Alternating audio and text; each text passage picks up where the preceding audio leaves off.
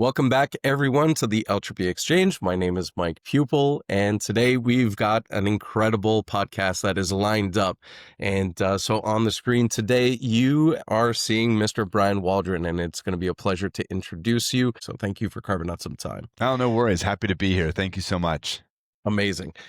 For those that are watching, those that are listening, Brian Waldron is the president and CEO of Dort Financial, a $2.3 billion credit union in Grand Blanc, Michigan. And Brian joined Dort back in March of 2022 from Hudson Valley, a $7 billion credit union located in Poughkeepsie, New York, where he was serving as the CLO, Senior Vice President of Lending for that organization. Previous to that, I think you were the Chief Lending Officer for Scott Credit Union out in Edwardsville, Illinois. More than 20 years of professional lending and operational experience in the credit union industry, and you've dedicated your career to the credit union mission of people helping people, which is what we're going to be diving into today. Passionate about fueling growth of credit unions and the movement, investing in employees, which is where you were most recently speaking at the Eltropy Leadership event. And you've been invited to a number of different events. In fact, following that one, I think you were speaking at a different event. So NAFCU, Qlytics, Acuma, Mortgage Coach, Tumblr, all of the above, and probably many, many more. Currently residing in in Clarksville, Michigan, I believe, with your wife, 3 boys, 4 dogs. You enjoy boating, spending time on Lake Michigan, and traveling in your spare time, which boggles my mind that you actually have spare time, Brian. There's not that much of it. So now that we have the official corporate introduction out of the way, man, I've been looking forward to this and chatting with you. We've had a lot of fun over the last little bit since we've known each other. So welcome again. Thank you for being here. Oh, thanks for having me. I look forward to it. This is going to be a lot of fun. Absolutely. Well, Brian, I start all of these conversations with the same question for the group because I find it incredibly fun, which is, tell me how you got started in the credit union industry. What was the journey? This is a really awesome story. So I attended Miami University in Oxford, Ohio, and I was walking across campus one day and saw a sign that said, join the all-student run credit union, First Miami Student and Alumni Federal Credit Union. And so I was kind of a freshman and thought, well, okay, let's see what this is going to do. And so I showed up to the meeting, met a lot of fun people, and literally this credit union was very, very small, less than $1 million in assets, but it was all student run. So you had to do a teller shift at the start, and then you could grow into different positions throughout your time there. But even the CEO was a student, typically a junior or senior. But I actually met Tim Mislansky, who now runs Wright Pat Credit Union at the time. He was there as the professional oversight, so he would come in once or twice a week, kind of just look over the numbers, make sure the students weren't doing anything too bad. He offered me an internship at the credit union, Chaco Credit Union, over the summer. And so I took him up on that. And really, that's just how the career started and how it just kept forming and connecting with people. And just kept going on to the next spot. So it was really just a stroll across campus one day. It's amazing. The reason why I love this question is I have yet to speak to somebody, and I can't wait. I'm going to throw the challenge out there, that somebody grew up with the idea premeditated that they were going to jump into the industry in the role that they're in. It's amazing how everybody just kind of finds this just by accident and then completely falls in love, and then the career trajectory just takes off. And like you say, one role down to the next. And I don't think it's stopping anytime soon. Correct me if I'm wrong. No, not at all. And, it's funny you say that because my aspirations when I was a kid, it started as a doctor when I was in kindergarten, then an attorney. And then when I went to school, it was international business. I had these dreams of living in New York or Chicago, flying all over the world, doing business. And so I make the joke with my wife that, I met her at Miami as well. So between her and the credit union space, it's pretty much kept me here in the States, except for when I travel. But it's just a, fun career. I can't believe what it's turned into. I can't believe the amount of blessings that I've had and seeing people achieve their goals and employees achieve their goals. But, I never thought, even when I started this career right out of college, I never thought it would lead to what it is today. And so I feel an amazing amount of blessings and, I think all the people I've met along the way in this industry, not only in the who work at a credit union, but the salespeople, anyone who helps a credit union or looks out for them. It's just been an awesome, awesome career. For those listening or watching, I got to tell you firsthand, every word of what you just said is incredibly sincere, and I, I think that the tonality, like it needs to be emphasized, like exclamation point at the end of Yeah, your sentence. Most recently, you spoke at Eltropy's leadership conference out in Wyoming, and you were talking, and the topic that you had was really about the employees, right? yeah. Taking care of the employees. Before we jump into that topic, I'd just love to know what was the biggest influence that you had that kind of led you down this path? Because it is a unique one. I think everybody recognizes that employees are always, the heart of, any organization. I've also heard on the financial side, it's also the biggest expense of an organization. Yeah. But that's where the investment really has to come through. And so the sincerity of the comment of how you see that gratitude, et cetera, like where does that come from? Where was the influence on you that spawned? I think there are several moments of inflection where that comes into play, but I can start with, I was at a smaller credit union in Ohio, and some of these I won't name names of where I was at the time, but at one point we decided that we had to lay off some employees, and I never will forget the feeling of sitting across the desk from an employee and saying, "You don't have a job tomorrow, and nothing. It's not because of anything you did. It's just because we, don't have the position anymore." And that was a really, really tough thing to do. Um, so that was one point. I think another point was at another credit union I was at, we had a lot of fun, and then, something tragic happened in the balance sheet, and suddenly that fun turns into, an oh crap moment overnight. I'll be nice on the podcast and use my words carefully. And so you have that moment. And then, I worked at another credit union where they were heavily invested in member service. And I'll never forget this story. I was at one of their branches, and a member came in, and it was raining outside, and he took the keys and he dropped them on the concierge desk and said, "It's raining outside, so I need you to valet park my car because I don't want to get wet. And if you don't, I'll mark you down on your MPS." And from those moments kind of all adding together, I kind of decided that if I ever got the opportunity to be a CEO and lead a group of employees, that I would really focus on employee well-being, and focus on the leadership and employee engagement, and kind of that emerging leaders program where you can train people to have the next career opportunity. And I would really focus on that. And my belief in that is if I'm doing the best for the employees, right? And the employees have a great place to work, they enjoy where they come every day, and they get to see the benefits of what the efforts they're putting in. So for example, if they're taking extra time and they're going through an emerging leaders program, or they're taking the extra time and they're learning about lending even though they're on the teller side, that they get the opportunity to be promoted. And if it's not at our credit union, that they're getting a promotion somewhere else in the credit union space, and I'm just as happy for them as I am if they're internally. But I thought, that will be the focus, and my guess is that it will turn into great member service. And so far, that premonition or that guess has turned out very well for me. So it was kind of a roll the dice and see what happens. But it's turned out incredibly well.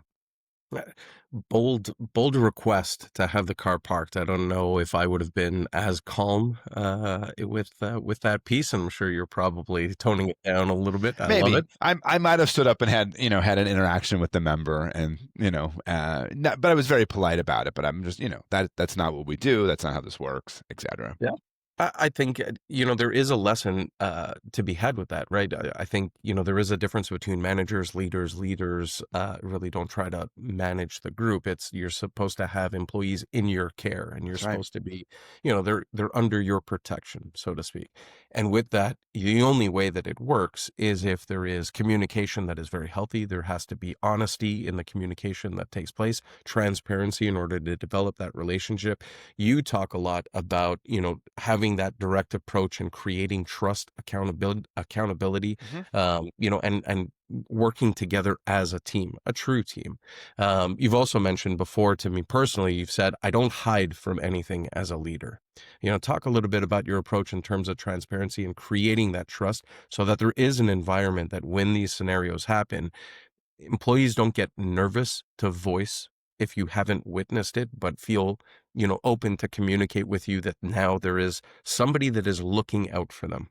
And so I'd love to get your thoughts there. Yeah, the great example I have is, just yesterday, and I have a blog here at the credit union, and it's, ask the CEO, and you can ask anything, right? And just the Yeah. other day, I had a question come in that says, and it was more of a comment, right? We're feeling more bankish. I've worked for a community bank, or I've worked for a large bank, and we're starting to feel that way. And so later on in the afternoon, I had a president's advisory council where I have employees come from all over the credit union. We meet, we have lunch, we kind of talk about some things. And I asked the question, I said, are we operating like a bank? And they're like, well, and they're pretty honest with me, right? They're like, well, we do have some goals that, seem salesy, and we do some of this, and we're, doing some outbound calling.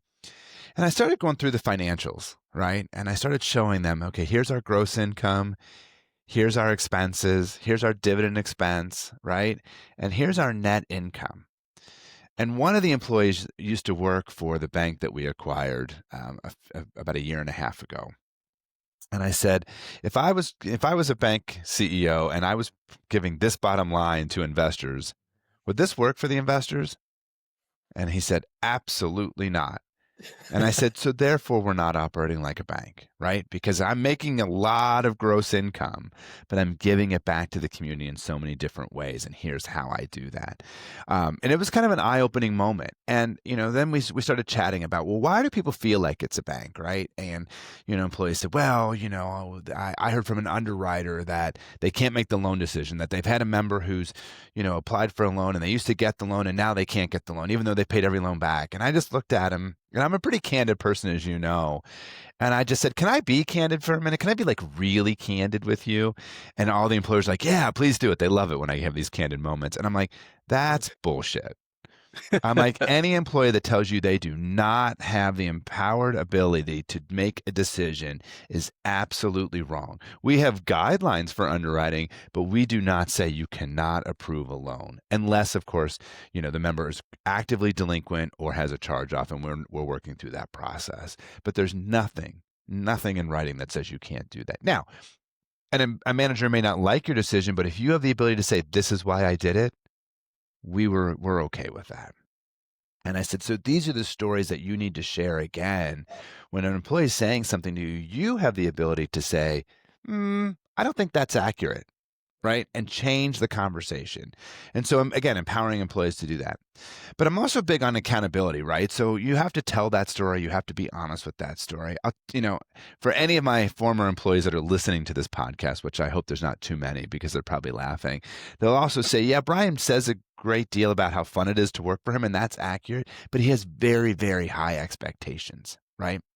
And I'll never forget, I was in a meeting.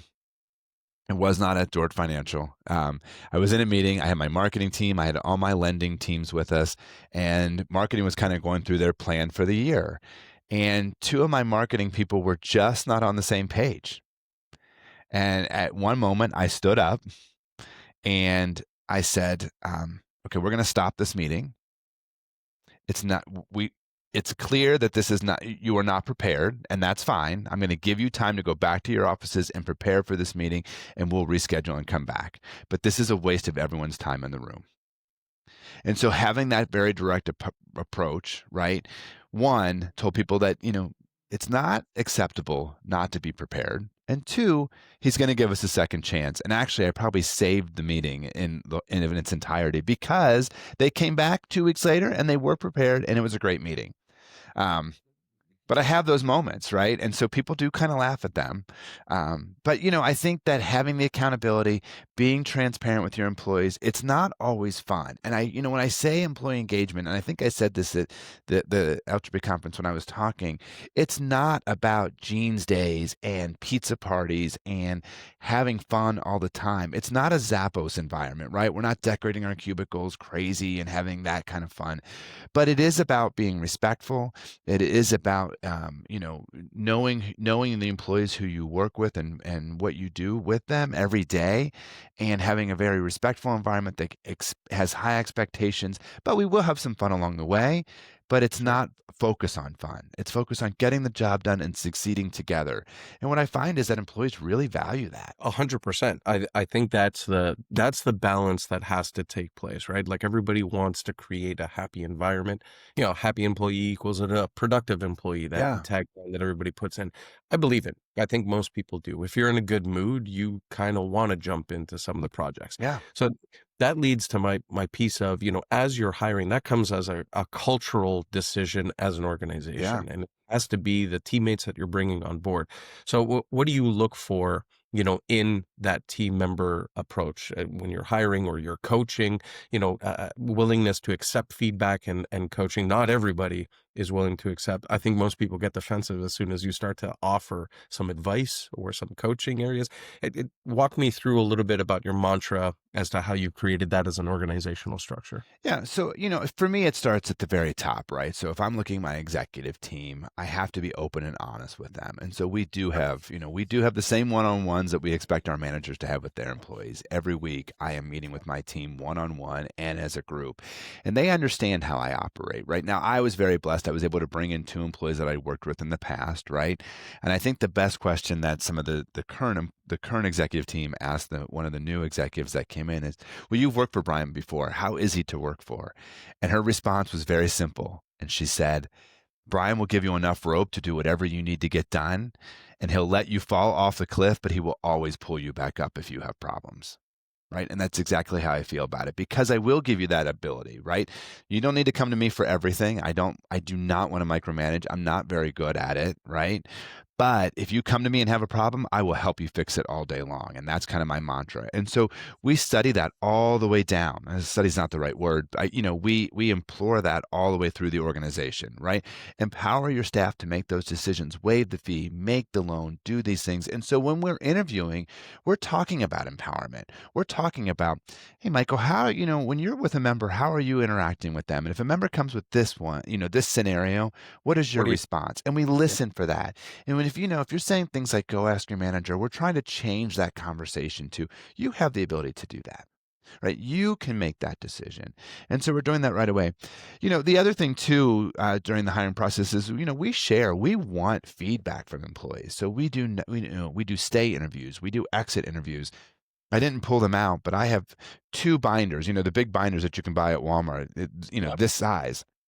And when we do our employee engagement survey, I have two binders that are printed out with all of the data, and I spend hours going through every data point, every comment, every score that I can find, trying to understand what the employees are saying. And then what I do is I take that data, I meet with my executive team, and then we decide on the top three things that we can fix that year. Look, there's 25 comments of things that we need to improve on, and we know that, and we share that with the employees, but we pick three. And so again, we use that mantra in the interview process, right? You can't fix everything overnight. So if you were going to improve your skill sets, what are the top three things you can do? What can you focus on today that's going to improve tomorrow, right? Baby steps along the way. We try and ask the question of what do you want to do next? Right? You may be interviewing for an MSR position, but what do you want to do next so that our training team can provide you the resources to go out there and learn? We have a lot of self-learning attributes that you can go in, log in online and go through a lending class and learn how to underwrite or learn how to process. So we spend a lot of time focusing on that employee right from the moment we're talking to them and saying, how can we make your experience here better? Yeah. And I think the perfect piece that you said a little bit earlier was, we're going to spend time with the employees, we're going to train you up, and Yeah, whether it is, growth within the credit union or they move on to another credit right. union. And certainly you've had that experience, and they've probably also come back over the period of time that you've had. Yeah, You know, eh, I think most organizations, most managers are scared about that, right? yeah, You have a performing employee and you kind of want to hold on to it because it's doing well for your department or it's doing well for your group. Terrible leadership, but terrible. managerial, you can draw the lines between each other. Like you can see the reason why somebody would do that. Yeah. I'm sure you've probably come across that before. I've certainly experienced it in my career. I hope to God anybody listening to this, I didn't make them feel that way.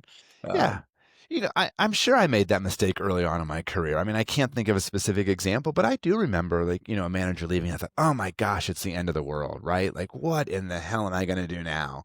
And you find a way. You move on. And I always say that it's a way to improve the position because you can bring in someone even better than the last person. And that's not a slam against the previous employee. What I'm saying is this person might have been promoted to that position or been in that position, and now we need a different skill set over the next 2 years that they have not been quite prepared for, and that's the new skill set I can bring on. And so Yeah. there's always an opportunity to improve, but I really believe in celebrating employee promotions, and we do it internally. We celebrate when an employee gets promoted. We had, I think 78% of our promotions last year were from an internal candidate. That's an awesome statistic, right? Yeah. And we also celebrate when those employees get to leave to go do something special. I tell my executive team, look, if you want to be a CEO, I have an obligation to prepare you for that. So Right. we give them training classes. I help them. I provide them opportunities for coaching and leadership, and we give them that opportunity so that they can go out in an interview and be a CEO somewhere. And I think that's okay. And in fact, I think that's awesome when that happens. Um, I will use this name. I worked for Mary Madden. She was at Hudson Valley Credit Union. She was an amazing leader to work for in many aspects. And she had, I believe I was her sixth CEO that she had kind of groomed and Roomed created, up. and they Wow. went on somewhere else. And every time that happened, she celebrated. And I remember going into her office and I was telling her what I was doing and I was leaving. And I mean, she was like exuberant, right? Like she was excited for me. She was excited for herself because that was like another good thing in her career moment that she was able to say, right? And that's another reason, that's another place I learned that lesson, and we all went out to dinner as an executive team and, we made a lot of jokes of all the great things we'd done over the last 5 years. And they made fun of me for all the silly things I did in the office or, the mistake or two I made. Don't tell too many people because now it's on public address. But, I mean, we had a lot of fun and we celebrate those moments. And, we still communicate with each other, all of us. And now Mary's since retired. But that was kind of like her last moment of, hey, I got to create one more CEO or help groom that next CEO. And we Yeah. do. And this is, I will say this. I know I can get a little off topic sometimes, but here's what I will say. I think as an industry, we are really lacking that ability of training and creating the next set of leadership. And, I think it's really easy to sit in the CEO desk and credit unions, once they hit about 1 billion, 2 billion, it can be very just self-drive, right? Here we're on cruise control for the rest of my career. And we kind of leave that out. Um, and we don't prepare the next generation, and I think we're doing ourselves a huge disservice with that. And so we should celebrate those wins, and we should be spending money on training and creating that next set of leadership, because it doesn't it just help our industry? And if we're helping our industry, aren't we helping ourselves? So yes, I may be spending X thousands of dollars to train the next leader here at the credit union to be a CEO somewhere else. But that's not money Dort Financial is losing. That's money we're putting back into the industry, and we have that obligation. I I could not agree more. I think that, especially with the average age of members today and the struggle to try to pull in younger generation to kind of fill the ranks of the older generation, unfortunately passing, which Yeah. happens to everybody. It's the same thing, even in our work cycle. You get to the point of retirement and you move on. So first, shout out to Mary. What a Yeah. wonderful display of leadership. I hope she gets to hear this and she gets the shout out. That is the difference between, big sports guy. And so that's the difference between the individual players looking for the individual accolades, Right. the team players that take a pay cut or just want the team and you want the win and try to make those around you better. That's It right. is so much more satisfying lifting up that championship trophy than it is, the individual accolade. And so That's how right. many greats are there that have never lifted up the team trophy versus the individual one? Yeah.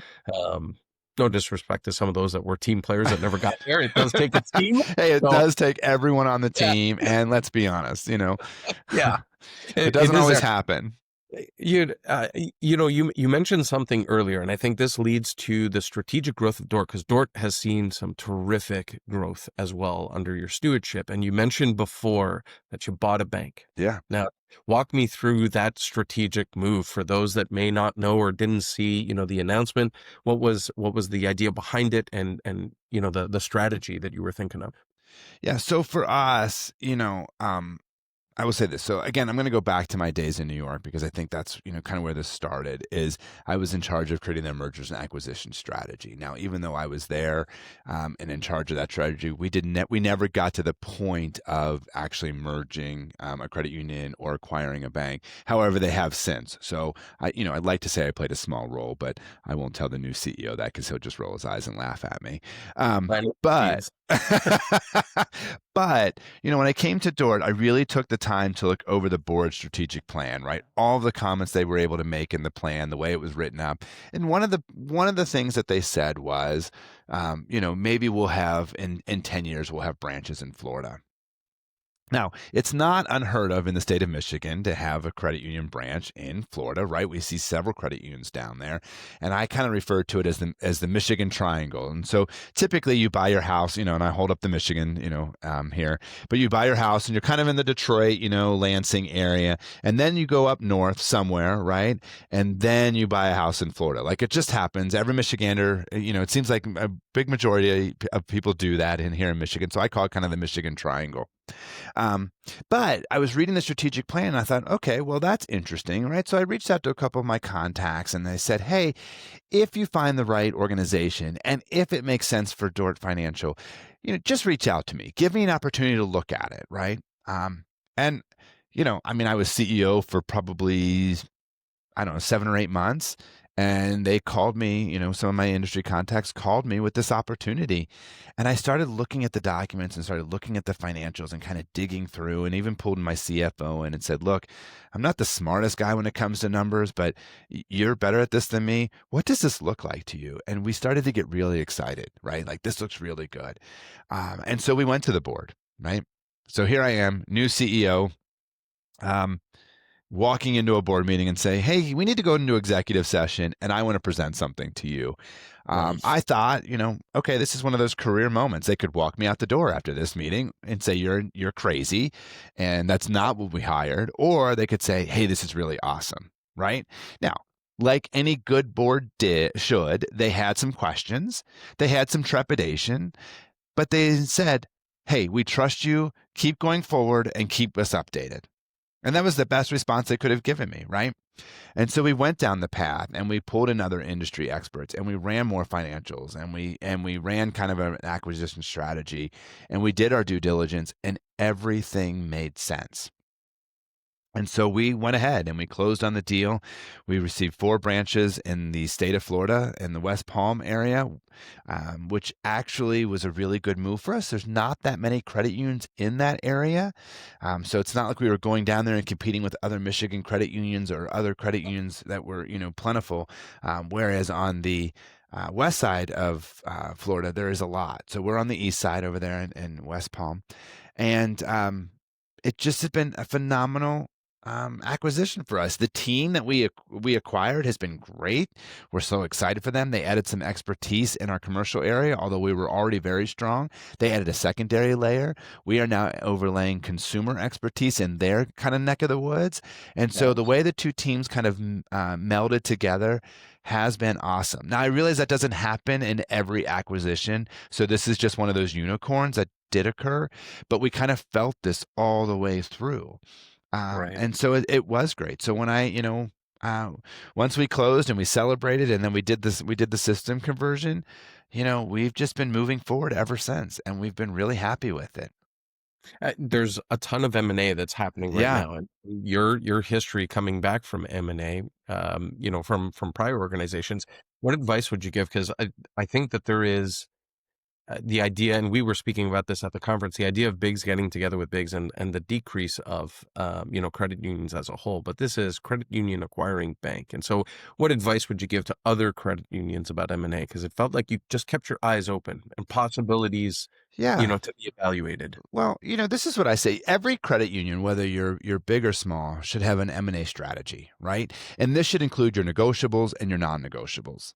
So, for example, at Dort Financial, our non-negotiables are we will be the survivor, right? So that's just our non-negotiable. So if we were going into a conversation and the strategy is going a different way, we're not going to continue the conversation. We're going to cut it off very quickly, right? We know this. Another non-negotiable for us is that, the amount of board seats we're willing to give up in a credit union merger. And so again, if they want, 3, 5, 7 seats, that's not going to happen, right? We know what our non-negotiables are, and we stand very firm on those. And so it can make a very easy conversation. But, the key is to always just be active. Like, don't just sit by passively and hope it's going to happen, but you got to be active. You got to reach out to people. You got to have conversations, but don't, I'm not advocating that a CEO knock on another credit union's door and say, "Hey, do you want to merge?" Like, that's not a great conversation. But what you can do is, this is a people helping people industry, and we know that credit unions help each other. And so be helpful and reach out across the aisle and say, "Hey, what do you need help with? You need help in your commercial lending? Hey, I'm happy to do that for you. Let me see what we can work out here."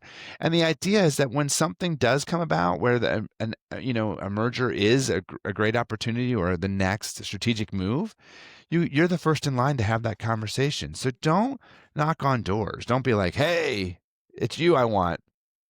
That's kind of creepy dating, right? Like you don't want that. But just be open to it and have conversations, know what your non-negotiables are, know what your negotiables are, and stand firm on all of those and Uh, have the yeah. conversation, right? Yeah, and I feel like that the credit union has been rewarded. The board, certainly, their trust in your direction has been. It has extended the presence of Dort, and you are an incredibly strong advocate for community presence. Yeah. And so, how is that received to the members, locally now that you are in a completely different state? And I imagine it's a Yeah. good one. I'm sure you have a lot of snowbirds that come winter time, that's exactly where they Yeah. want to go. And, how is that received by the membership? Yeah, overall, it's been kind of quiet on the membership front. And part of that is we actually went into a market where our members don't snowbird. Now, we did studies, right? So we know that we have some members down there, but we actually went on the opposite side of the state. Now, what that could lead to is we could grow over to the other side of the state very easily, and we know the connectors, right? But, membership has been overall very positive, the feedback that I have received. But, I think here's the thing about members, right? And I don't say this lightly, and I'm not trying to be,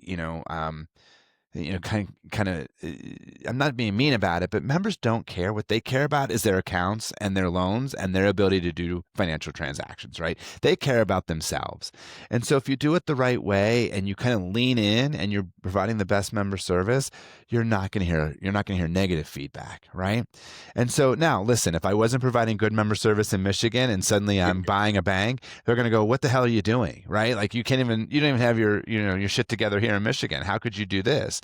But they're not doing that because we do provide the best member service and we do provide financial opportunities for them to grow. But I want to hit on what you said about community service, and I want to talk about that for one moment. So again, I want to derail the conversation, which I'm really good at, as you know.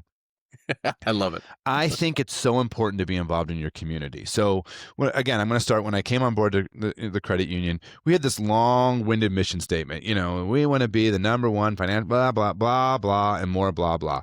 So what I did is I went with the board and I said we need to make this simple. What do we ultimately want to do? Because everybody who's in a bank or credit union wants to be the best financial products and services. And it came down to we want to enrich lives. Awesome. Whose lives do we want to enrich? We want to enrich members, communities, and employees. That's it. Very simple. Dort Financial Credit Union wants to enrich lives, employees, members, and communities. And so we focus on, again, we go back to the employee focus, but we're focused on that community involvement too. I don't care if you're a member of the credit union. Of course, I want you to be a member of the credit union, but I want you to see that we support the things that you want us to in your community, right? Isn't that what a credit union's about? Being present in that community. And so if you drive up and down the highway, there are a lot of credit unions in Michigan. We are one of the most saturated credit union states in the United States. So I'm driving up and down the highway and every credit union's advertising a rate, a checking account, a credit card. It's noise. And so we changed our whole marketing style to a branding. Now we do have some product specific marketing out there, but we changed it to a branding. And what we did is we focused on that community effort, right? We took our employees, we created a volunteer incentive program. So our employees are out there volunteering at the Humane Society, at the soup kitchen. They're doing this on their own time. I had one employee who donated almost an additional 2 weeks of work outside of her work day during the last year.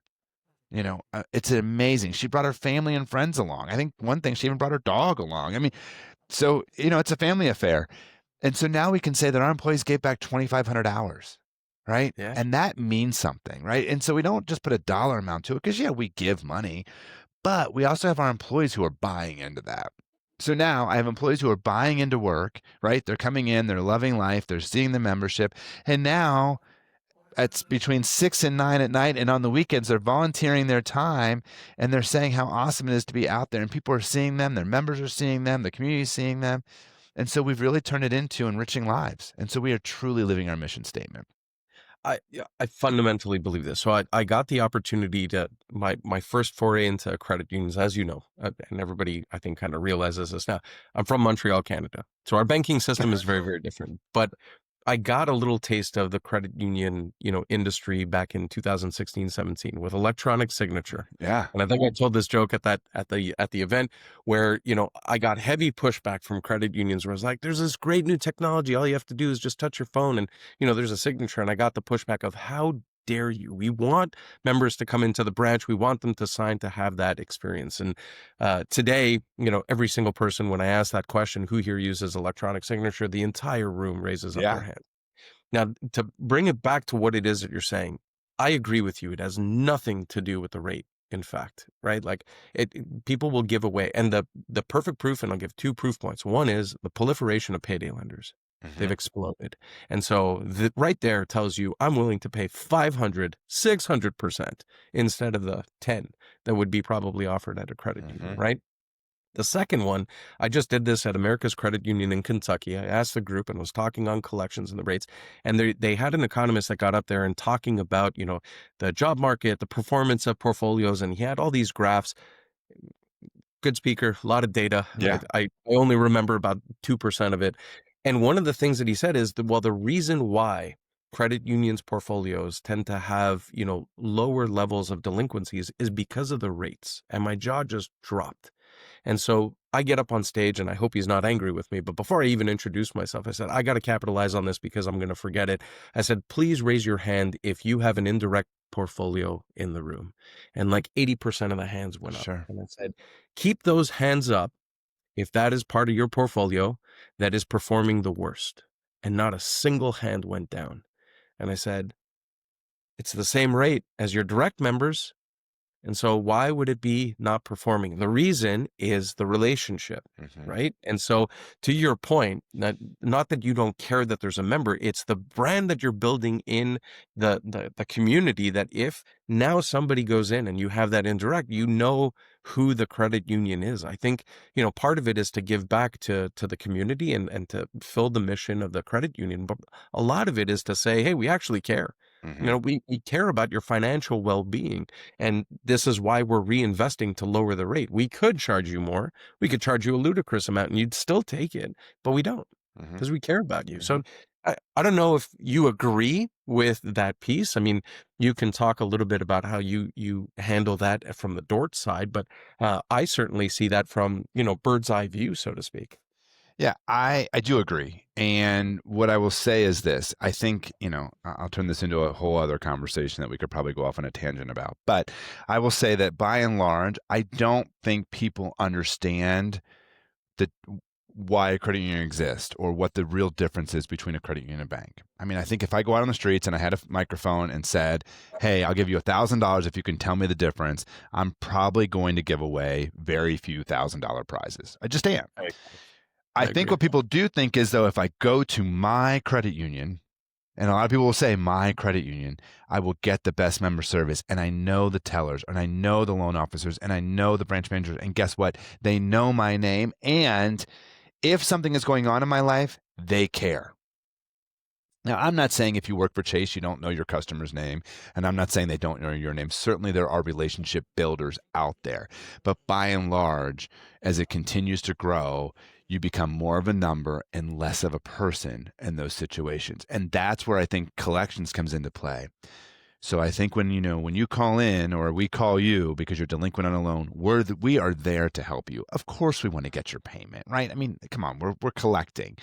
We want to get that payment made, but we're going to work with you on how we get that payment made. Listen, I've made a mistake and I've missed a loan payment or a credit card payment once or twice in my life, and I've received that phone call and I'm usually like, oh, what the hell? But sometimes I'm like, let's see what happens, right?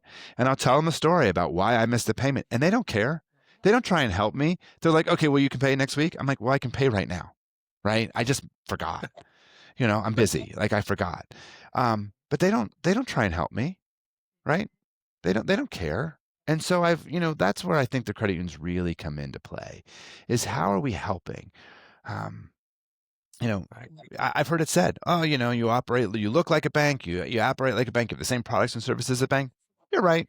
I'm not going to argue with that. You're right. It's how we care about you when you need us the most. And it's how we care about the community you live in that makes a big difference. There's a regional bank here in the area who I happen to know the regional vice president very, very well. We're friends, but they just closed their branches in the Flint market. And we are all in Flint, right? We know that demographic wants to come to a branch. Did I capitalize on it? Hell yeah, I did. I sent out postcards to everyone within a mile radius of that branch they were closing and said, hey, we used to have a branch right down the road, because people want to come in when they need us. But to your point, yeah, everything can be done on my phone.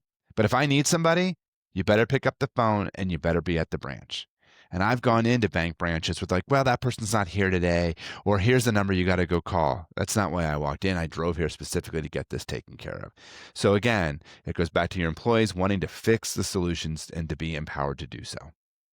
It totally makes sense. The two sides of that coin, when a member wants a car loan because they want to get a car, or mortgage because they want to buy a home, or credit card because they want to do something. It's amazing how easy the communication is because they want something. Yeah. And that the moment that it turns into the collections, it's incredible how less often they pick up the phone or respond to the communication, right? And that all speaks to the emotional side of things. And you have experience on the collection side. And I think empathy is the most important word, when it comes to collections. And to your point of actually caring, right? Figuring out what's going on. Most people, I think, get this, that if you are late on one bill, you're probably late on multiple. You just don't see it. And it's the blind spot that really kind of hurts, and those collectors that just don't care, and it's, so you're going to pay next week.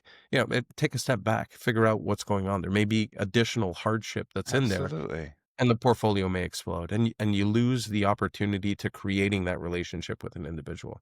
I think that's the mission that anybody who's gone through, something like that, bad things happen to good people, and or that turned around, quite a bit. Regardless of what it is that you think, I think the scoreboard in everybody's mind should be just do more good than bad. Do more good than bad. Just within reason, right? Do more good than bad within reason. I'll tell you as a joke, because I was in the collections industry, or in the collection side of things for a while. I actually managed a group of collections. And the joke with us was, I was not allowed to talk to any single mothers that were delinquent on loans, because I would give them whatever they wanted. You don't want to pay till it's January. You don't want to pay till December. That's fine. We'll fill out a form. We'll defer your loan. You only want to pay $5 a month. That's fine. So they said, Brian, no, you cannot talk to any single mothers anymore. And part of that is I had empathy, because I grew up in a home with a single mother until I was in 5th grade, right? I knew what that was like, where your mother was only working part-time and, was barely able to put food on the table. I lived it. And so I did have empathy, too much empathy, but we had some fun with it. So my employees would just say, okay, this member, you can't talk to anymore. Thanks so much. It's coming. They don't even get to you. They go to Rose, was my assistant manager at the time. They go to Rose and she will handle them.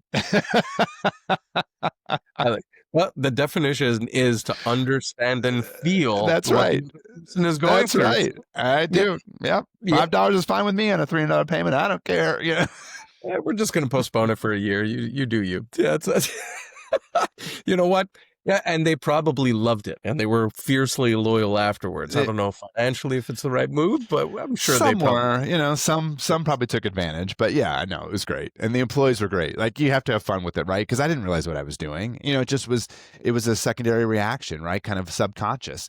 And when I Yeah, got called out on it, I laughed about it. I'm like, oh, well, you're probably right, right? yeah. So Exactly, exactly. exactly. Well, Brian, I'd love to, close out, that this as we're coming up on time. I want to make sure I let you get back there because God knows we've rescheduled this a couple of times, so we've been on your calendar a lot, and so I'd love to just maybe close out in terms of leading thoughts to other CEOs, other leaders, actionable guidance about navigating for things like growth, which you've been incredibly, good at doing. There's a lot of uncertainty in the market. I think everybody's a little bit panicked, and it seems like it's getting crazier and crazier. Things like organizational change. What would you talk to if you were sitting down with other CEOs in credit unions? What are the hard truths that you would share? Well, every credit union CEO should be doing yoga in the morning, right? Like it just calm your brain before you go to work. So that's number one. Like that's what I do every morning. No, but in all seriousness, I mean, I think you have to understand that calm. Like you have to create that calm too if it's not available to you. And there is a lot of craziness out there, and there Yeah, is just a lot of noise out in this industry and mergers, and we're scared. And are we going to survive? And the banks are still coming for us, and taxation, and it goes on and on and on. And at the end of the day, you have to have your own house in order and create that calm, right? So think about how you live your life, right? At the end of the day, you come home to a home, and that's kind of your sanctuary, right? Because of all the noise that you deal with all day. But you have to create that sanctuary at work for yourself and for right. your employees. Get the noise out of there, be transparent, talk about the noise, talk about a plan, create those plans, share those plans, come together as a group, enjoy what you're doing, but create that space at work to have those conversations, but also to create that calm environment.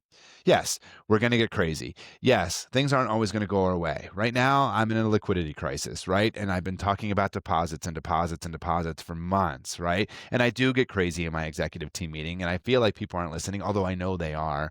And so I just keep saying the same thing like a broken record, like we need deposits, but I don't want to do a certificate special. We need to get core dollars in here. And we are doing it, right? The data shows us we're doing it, Right. just not fast enough. So, you know, we just keep talking, and we keep creating, and we keep doing new things, and we keep trying something different. And, and if we fail at it, we reset and do something else. But create the calm, create that ability to create, to make a mistake and come back and reset, right? It's all okay. I love that. I love that approach first because I think any decision made that's emotionally charged or like supercharged Yeah. in terms of like hyperactivity tends to never be a good thing. But you mentioned something, reset and kind of Yeah. move forward. And so if that includes changing course, sometimes that's the hardest thing to do, right? When somebody bets on a strategy, you almost fiercely want to either get it successful or die Yeah. trying. So Right. how do you pivot and lead your team if ever you do reset, repivot, and point in a different direction? Because that is difficult. Yeah, I do say as a CEO and as a leader, you need to have buy-in from the board, right? So we do Right. have a strategic plan when we go through some of these things, and we do talk about, hey, what happens if we don't achieve? And what happens if we need to self-correct? And what happens if we need to change course? Because the reason we're afraid of failure is because we're afraid of being held accountable to that failure. Now, I'm not saying you shouldn't be held accountable. Like that's not what I'm saying. If you make a mistake big enough, there is accountability in everything we do. But if we're Yeah. going down a strategic path, if we're sitting here today saying in 5 years we want to be here, and in 1 year we realize we're not going to be there, or we have the wrong plan in place to get there, we have to come back and reset. But the key is open and honest, truthful communication. Have that conversation with your next level up. I have to have that conversation with the board, right? I go into the board meetings and say, something's not right here. We need to reset, and I'll give a perfect example. So last year, in 2024, no, I'm sorry, in 2020, yeah, it was in 2023 and 2024, we were in another liquidity crisis. We put a certificate special out there. These certificates were very, very expensive, and we didn't hit our ROA mark or ROA goal for the year. But I was honest with them. As soon as I knew we weren't going to hit it because of the dividend expense, I went into the board and said, hey, We're not going to hit this mark. Here's where I think we're going to project. I understand what our budget said. It's not going to happen. Here's why. Here's what we do. I'll take the hit on my review, right? I know I said I would do this, and I'm not going to achieve that. And they were very open to the conversation, and they understood. And I said I could stop lending. I could go down that path and still achieve my goals, but that's not the right thing to do for the credit union. And so I was able to have that conversation. And, did it affect me negatively? Absolutely. Should it have? Absolutely. I told the board I would do X. I set an expectation and I didn't achieve that. But I was able to have that conversation with them and they understood. And then it just eased everything. So my whole thing is there is accountability. You don't get a free pass, but you do get a chance to make a mistake and move forward. I always tell people you don't get fired because of the first mistake you make most of the time. There are exceptions to every rule, but most of the time you don't get fired for the first mistake you make. You get fired for the third mistake, and typically it's because you didn't self-correct, right? It's because we had the conversation with you and you didn't change course, right? We gave you the opportunity to change course, sometimes ad nauseum. Yeah. So you have to have that conversation. You have to have multiple conversations. Be open to it. But be trustworthy, be transparent, be honest. Those are key words in communication. But don't be afraid to have those hard conversations. I totally agree. I think also if you repeat the same mistake, over, you don't learn, or you're too stubborn to do that. And of course, the first time blow-ups, if it's that severe, yeah, maybe. Yeah. But I totally agree. Well, the other thing too is don't be afraid to tell your leader that you don't have the information right now. Hey, let me get that and get back to you. I can always tell you, again, I remember I was working with a CEO and another executive would go into the office and they would say something. And then suddenly I was being called into the office and like, is this true? And I'm like, I don't know the answer to that right now. I'll get back to you. Right. But I always got back and I always came in with data, right? Data is king. So we didn't talk about too much about data, but data is always king. And, it's not that I'm trying to prove another person wrong. I'm just trying to say, this is why we did this, right? This is what we're doing. So, don't be afraid, but, also don't be afraid to go out on a ledge and make a bold move. Right? Big dreams take bold moves. And that's a saying I live by. So I'll give you one more example of a bold move I did. And I almost lost my job on this, at least so I thought. So during COVID, we know real estate loans were like basically zero, right? You could get a mortgage for 2.5%. It was crazy out there. And, we were all remote, right? We were remote because we couldn't be in the office in COVID. I was in New York at the time. And, I will say that as much as I enjoyed working for Mary, she was one of those CEOs that wanted people in the office. And if she hears this, I'm not telling anything I shouldn't. She wanted people back. And so we're calling people back. And my vice president of real estate is calling me. And she's like, Brian, I'm losing processors every day. And I said, where are they going? And she's like, they want the ability to work from home. They don't care about money. They want to work from home at least 2 or 3 days a week. And so I said, do it. Just send them home.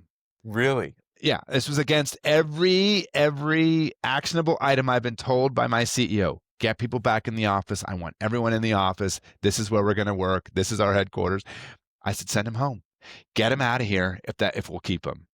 Now, was it the right move? Absolutely. Because if I lost about 2 more, I wasn't going to be able to do any real estate loans, right? I mean, seriously, it was getting bad.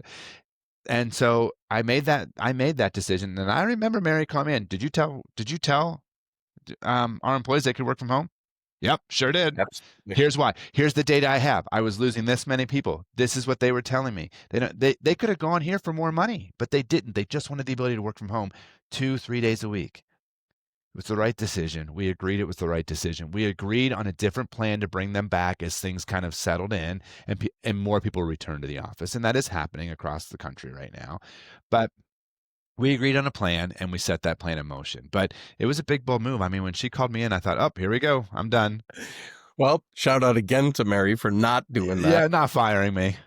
And maybe that's where also I'll give you enough rope to do what you need to do. And if, you fall off the cliff, well, at least you got the rope to pull them back up. It didn't. I mean, I brought in reinforcements with my HR person too. I made her come with me to the meeting. Just in case. Just in case. And we were both going to go down together. Oh my God, that's awesome. Brian, one last question for you. Absolutely.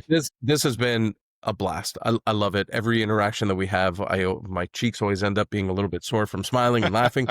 Where are you going to be next? I know the next couple of months are normally the busiest time of year, but are you hitting the road? Are you doing anything? Are you going to some conferences? Where can people see you? If I actually am leaving on Sunday, I'm heading out to the Acuma conference. I'll be sitting on a panel with some really, really smart people. I don't know why they put me on the panel. I don't know if I'm just the dummy that gets to sit up there with the rest of them, talking about, real estate lending and how that's part of your community. And I'm really excited about that. And again, I'm probably more excited to be on stage with the likes of like Tim Mislansky and some other really great people throughout the industry. So I'll be there. And then, that's kind of it for me for conferences this year. But I will tell you, I'm very active on LinkedIn. I always answer the phone when someone calls. So if someone's hearing this and they want to ask a question or they just want to connect, please look me up on LinkedIn. I'm always happy to engage there. Some of my content is, sparks some controversy. Some of it, people relate to, but it's always fun to do and just be present. But, I really think we need to continue those big, bold moves and create those dreams for ourselves. So I'll be around. It may not be out and about, but I will be around. I choose to spend pretty much October, November, and December kind of in my own home, being present. I have 17-year-old twins that are seniors this year, and so while I'm very excited for the next step in life for me and for them, it is kind of that it's the year of last, which is really difficult. We're going to have our last homecoming, and so I'm just kind of soaking that all in. And, I'm going to say this. So if my son listens to this or gets a clip, he hears this. My one twin was a huge soccer player, and I spent my entire life as a father, like dedicated to his soccer career. I've flown to Nashville. I've gone to Philly. I've gone all over the state of New York. And this year he decided to retire from soccer. He did tear his ACL his junior year, and so that was tough for him to recover from. And he was very smart about it. And he said, "Dad," he goes, "I don't want anything to happen to me where I'm out again and another tear or something tragic, and I don't get to enjoy my senior year because I don't get this back." And I thought, okay, that was super cool. Like, right, that was a super intelligent, super adult moment. And so I am really spending the time just kind of soaking that in and just being present with my family. I do have a lot of travel too. We do have the Flagler Credit Union division of Dort Financial in Florida, as we talked about. We did partner with Florida Atlantic University, the naming rights on their stadium. So again, those big, bold moves. I'm not very well liked in the industry at times because I have stadium naming rights and I bought a bank, so I can be that bad person. But I'm happy to talk to anybody about it. Like, come at me. I will have a conversation with you. But I am going to be present down there for a couple of the games and just, enhancing that relationship. So just kind of, again, keeping my own house in order.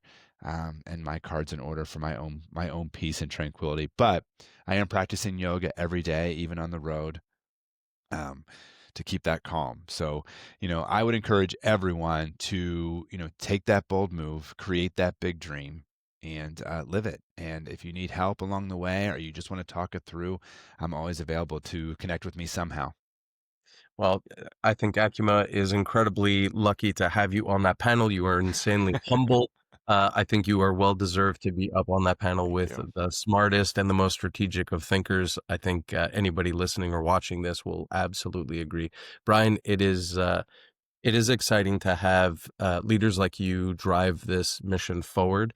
I think everybody in this industry is dedicated wholeheartedly to the success of credit unions, and it is going to take a little bit of thinking outside of the box and some moves that are not traditional to the credit union industry in order to adapt and be able to fend off things like fintechs and all of the other things that are all coming after you That's right. guys. It gives us an incredible sense of pride that you've carved out some time today to share your story. I want to personally thank you. I look forward to, our friendship lasting many years. I think we have fun and text messages going back and forth and things that we get to share. And I look forward to it every single time. Oh, it's a blast. I appreciate it. Thank you so much. And you know what? I got to say, thank you for being humble about the schedule changes because I know one or two of those were my fault. So you took it, but I know I'm guilty. It's real. It's nerve wracking and a little bit of the sweat on the brow. It's on my side of it because this is a favor to us, No, not the other way I don't around. mind at all. I'm the king of schedule changes, so it's all good. I love it. Thank you, Brian. And for those listening, join us next time for the Eltropy Exchange. This is Mike Pupil, joined by Brian Waldron, and we'll see you next time, guys. Thank you so much.